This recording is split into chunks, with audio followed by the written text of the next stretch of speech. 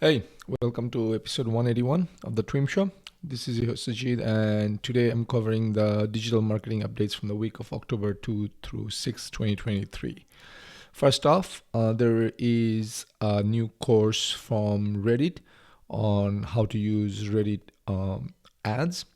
And I don't want to go too much into the details. It's just that, if you are looking into using Reddit ads into your marketing campaign and you do not know where to get started, this is probably a good platform for you to get started. I mean, of course, you can also buy other courses, but I think, I would probably start there and see how it is. Now, the special thing with Reddit is that Reddit is a growing platform with a diverse user base and makes it a fertile ground for advertising.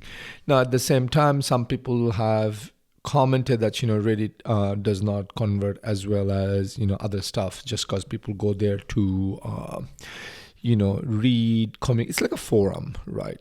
But nevertheless, being shown in proximity to the topic that people are discussing about sometimes actually help people to be aware of your product and services. So I would think there is value in Reddit ads if you have the budget for it, and others are very critical about it. Anyway, let's go to the next one. Next one is LinkedIn is currently testing fully automated accelerated ad campaigns. How it's going to work is you're going to provide a URL for the product you want to promote, and LinkedIn's AI system is going to take care of the rest. The AI analyzes your company's LinkedIn page, past ads, websites you share to create a tailored campaign, and you then fine-tune the campaign's copy, images, and targeting parameters. The AI also adjusts your campaign bids and budget in real time to maximize results. So it is like a fully automated suite. Now, keep in mind, LinkedIn is owned by Microsoft, and Microsoft has about 50% ownership in ChatGPT. So that kind of comes into the play. The they're calling it LinkedIn Accelerate, and Accelerate feature is currently available to a limited number of customers in North America. And obviously they're testing it, so I'm pretty sure it's going to come around for the general public, at least in the US. I hope it's in right around the holiday season so that you can use it. What LinkedIn is claiming is that the tools have led to a 47% improvement in cost per conversion and 21% improvement in average cost per lead. So that's a big claim. And if it remains that way, I think everyone's going to be happy until everyone gets on this game, and then we'll see how that turns out. Anyway, moving on to the next update is Meta is expanding their rollout of generative AI features for ad creation. This feature includes text variation, background generation, and image expansion tools. So what does this mean for you as the business owner? It means you can now create more dynamic and personalized ads with just a few clicks, saving you both time and money. In early tests, Meta is claiming that advertisers were able to save an estimated of 5 or more hours a week. That's almost a month worth of time saved per year. These tools not only speed up the ad creation process, but also help in the maximizing the effectiveness of your campaigns. For instance, you can quickly develop multiple variations of ad creative, which allows for more strategic work and better performance. Also, Meta is developing AI tools for business messaging on platforms like Messenger and WhatsApp. These tools will help you engage with customers more effectively, offering instant conversational responses. Okay, enough about AI. Now let's move on to a little bit of a different topic, which is obviously this was something started by Elon Musk at Twitter, which is now known as X, when he rolled out subscription. I mean, I would say the credit goes to Snapchat because Snapchat had the subscription first. Elon Musk popularized it. He being such a well-known figure, and now Meta is thinking about planning to actually introduce a subscription model that allows an ad-free experience for $14 a month. And Meta is saying this is in response to the European Union's Digital Services Act, which takes effect on January 1, 2024. The Act requires platforms to seek user consent for serving personalized ads, impacting businesses that rely heavily on ad revenue. So the other opportunity is like, hey, we have an alternative, $14 a month. So it's coming. Okay. Next up is TikTok does not want to be left behind, which is TikTok is also testing a subscription plan, and they're testing it at $5 a month, $4.99 a month to enjoy an ad-free TikTok experience. So now we have, and I forgot to mention that we have a YouTube Premium as well, so which is basically an ad-free option for $12 or $13 a month. So we have YouTube Premium, Snapchat Plus, X has a subscription, and by the way, X is also thinking of doing a tiered subscription so that everyone else can participate in it and get rid of other stuff. So looks like social media, which used to be free, is now going to be pay for use or be targeted with ads, either or. And I think that's a very good trade-off. If you don't want ads, pay for it. We'll see how that goes. Now let's jump into the world of Google. There is a new rule for Google for email marketing starting next year, which is going to that if your business sends more than 5,000 emails per day to Gmail addresses, you need to basically make sure you have SPF, DKIM, and DMARC records set. If you do not know what those three things mean, this is basically, you could either Google it, but I would think you should probably get help from someone somewhat technical, and help you set it up. You also need to have an easy unsubscribe option. You need to provide a easy one-click unsubscribe option into your email, and all unsubscribe requests must be processed within 2 days, and Google will enforce a specific spam rate that you must not exceed. And this gets to a very good point. Like this past week, I was trying to unsubscribe from a mailing list that I subscribed somehow. I'm not sure how I ended up, but I am. Regardless, I wanted to unsubscribe. I went ahead and I clicked on it, went to unsubscribe. Now, the only way I could unsubscribe is first not only put my email address, but answer a series of questions, right? And made it super difficult for me and painful for me to unsubscribe. So guess what I did? I just canceled it. I went to my email inbox and I just marked the messages from spam and deleted them. So here is a great example of how you should not conduct your business. Look, if someone is willing to unsubscribe, just let them unsubscribe, because if you don't do it, you make it very difficult. The person on the other end is going to just mark it as spam, because by marking it as spam, what happens, future messages goes directly into the spam inbox. It doesn't come into my spam box. It doesn't come into my inbox. It solves my problem. But the person on the other end, the email sender, is the one who's taking the hit. So I do not know why a lot of these marketers are doing all these mistakes, because they're just causing pain for their customers or the end user. Okay, I hope this helps. Now let's go into the next update, which is about GA4. GA4 has this new data protection policy in place, especially for any new accounts. But if you've already migrated into GA4, you need to manually turn it on.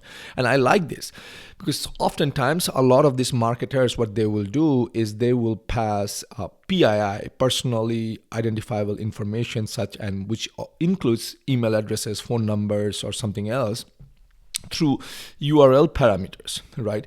So what happens is, to send data from one page to another page, right?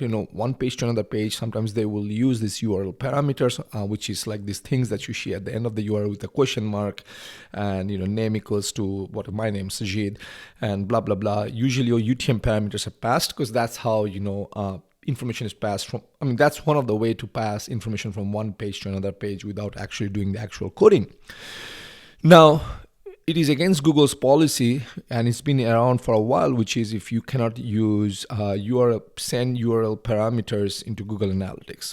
So if you are loading Google Analytics, which you will on each of your page, and as you pass those parameters, it gets logged into Google. And this was frowned upon. Google would probably, when they find out, they would cancel your account, they will deactivate your account and whatnot. Now, this is such a widespread problem. At the same time, if Google is caught having PII in their system, they get hit by, EU and California and all those things. So just to do that, what Google is saying is like now they will automatically turn on this feature where it will strip out the PII information even if you accidentally send it, or if you do it because you have a incompetent marketer or incompetent person on your team. I do not have a better way to say this, but I would just say incompetent, that they send all this information into Google Analytics and Google is just going to avoid it. Right. Now, my advice to you is that, you should just have because I'm not sure what the other side effects are. Is it going to strip out, UTM parameters and things like that? How is it going to know? I haven't tested it. But my thing is you should not send PII in the first place. But if you do, there's a protection for you. Now, if you're an existing property owner, which is exiting GA4 a user, then you need to go ahead and send it out. Go ahead and toggle on that switch so that you get that protection, and you should definitely do that. Okay. With that, let's go to the next one. Next one, which I obviously have mixed up a little bit. I wanted to have the Google Signals, which is going to be the one after this. So let's just talk about Google launches the October 2023 core algorithm update. This is going to take a couple of weeks to complete. Until that happens, we really do not know what's going to happen. So I will bring you more information after the rollout is complete. But between now and the end of the rollout completion, expect some fluctuation in website ranking. Things are going to be topsy-turvy, and it is the nature of the game. Yes, and by the way, this is the third core update this year. We just came off of one, and this is the other one they just announced. Okay, so the next one which is what I, misaligned, because this should be, the Google core update, and this is about talking about Google Signals. So now Google Signals, it's an excellent feature where it allows you to understand user behavior, visitor behavior on your website, because oftentimes people will visit your site on your mobile phone and then they will go into a desktop, or they will go to work and they will go across devices, and rather than counting them as separate users, Google Signal actually helps you to thread all these users together. Right, which is good, but at the same time, if someone is logged into Google while they're browsing, then you can inadvertently, kind of get identifying information as to who this person is and things like that. So with this, Google has now given you this option in GA4, of course, that you can exclude certain demographic and interest data from your reports, particularly data from signed in consented users. And if you have enabled Google Signals for your property, simply disable Google Signals in reporting identity on the admin's data collection page, and you should be good to go. And you want to do that, because if you don't do that, then you will probably get hit by data thresholding. And data thresholding is basically a fancy term. I'm trying to look at my notes so that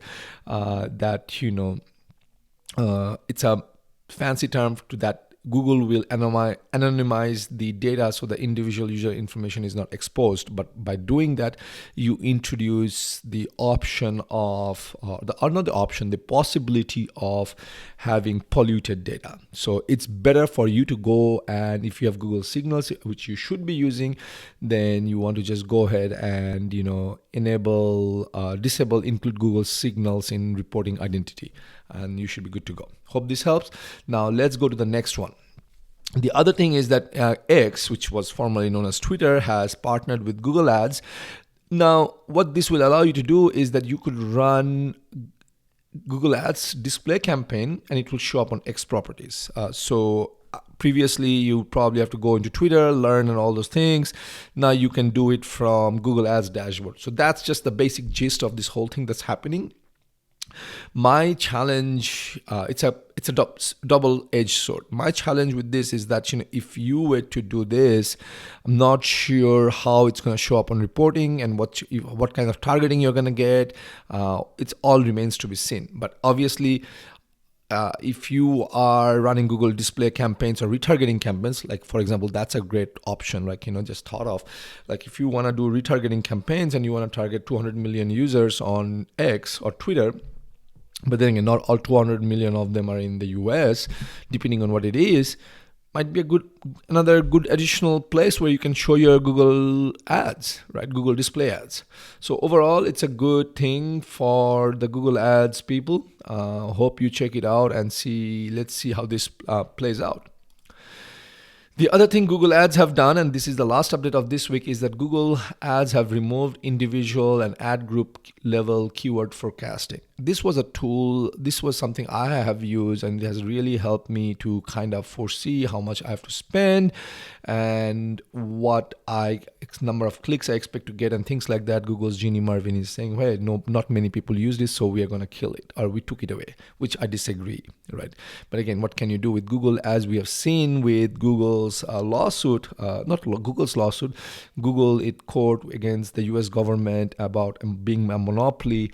All sorts of things are coming out, right? How Google have manipulated the search rankings, how Google have basically hiked up the prices, how Google have manipulated the pricing of the second, the winning bid as well as a runner-up bid. So Google has done all those things. So I don't believe anything that Google's Jeannie Marvin is saying, but it is what it is. Now the only thing that she's available right now is campaign level. So what that basically means is that they're gonna take all the aggregated all the keywords that is inside your campaign, and they're going to give you an aggregated forecast at the campaign level rather at each individual campaign. So you're really missing out on the granular data. Oh, this keyword has this many data, so maybe I will bump up something else.